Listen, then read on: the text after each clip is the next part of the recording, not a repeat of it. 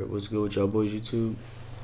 What's good with y'all boys YouTube? Welcome back to another video. I know I haven't created videos in a while, but stick with me. I'm starting to come out with some new content, and we're going to be back testing the market today.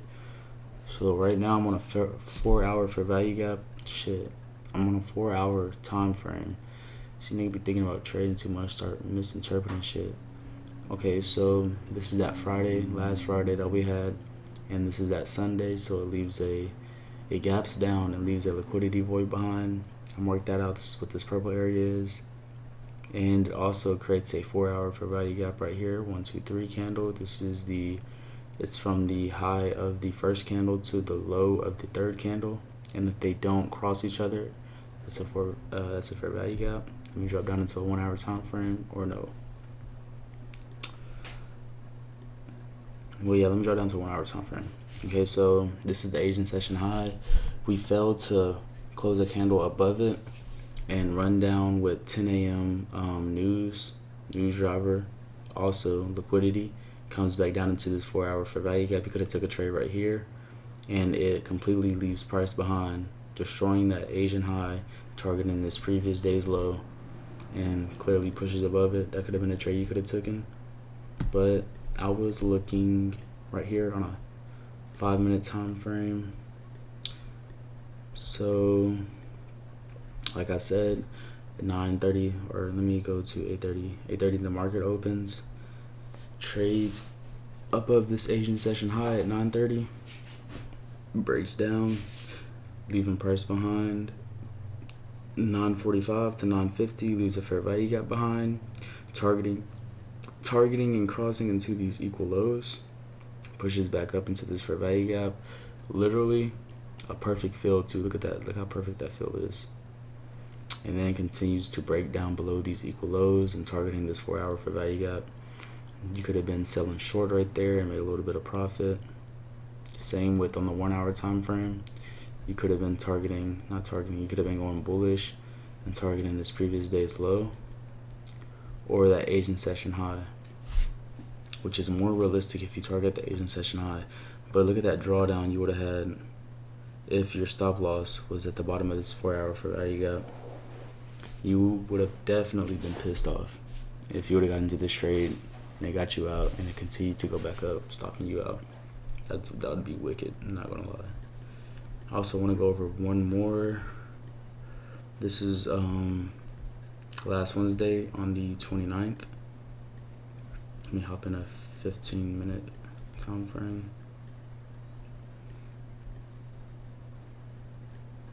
I'm just fucking up shit.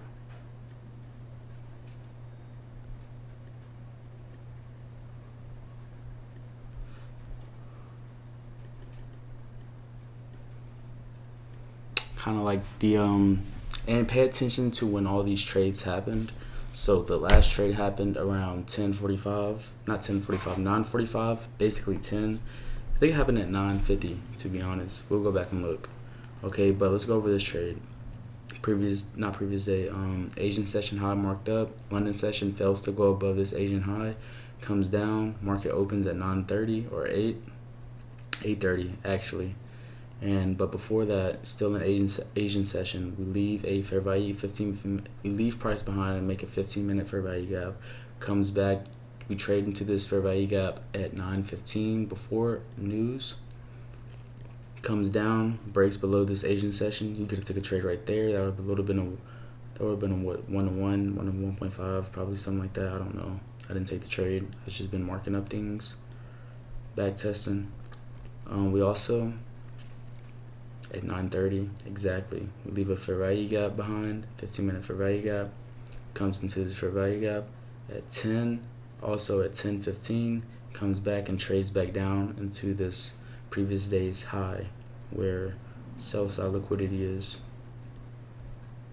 And then we come back up, trade into this 15-minute fair value gap, comes back down, touches this intermediate turn low, and then Asian session we just trade above. Boom, starts consolidating, does the same thing over and over, does the same thing basically again. So if I drop down into a 5-minute time frame, it does the same thing the next day. So I'm gonna show you guys that.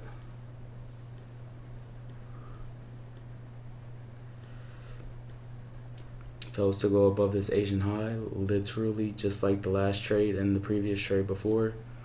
We drop down, create a 15-minute fair value gap.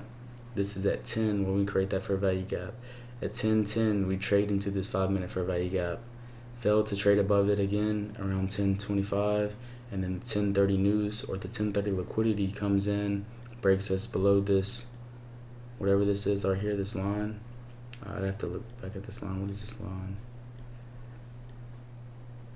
I guess it's a previous day's low, something. But forget about the line. It comes back down and tries to break into sell side liquidity at this previous day's high. I don't think it touches it, but if you would have just went for a 1-to-1, you would have got this trade easy. And it comes back up, trades into this 5-minute fair value gap again, comes back down, trades into this resistance line, and then the market just moves.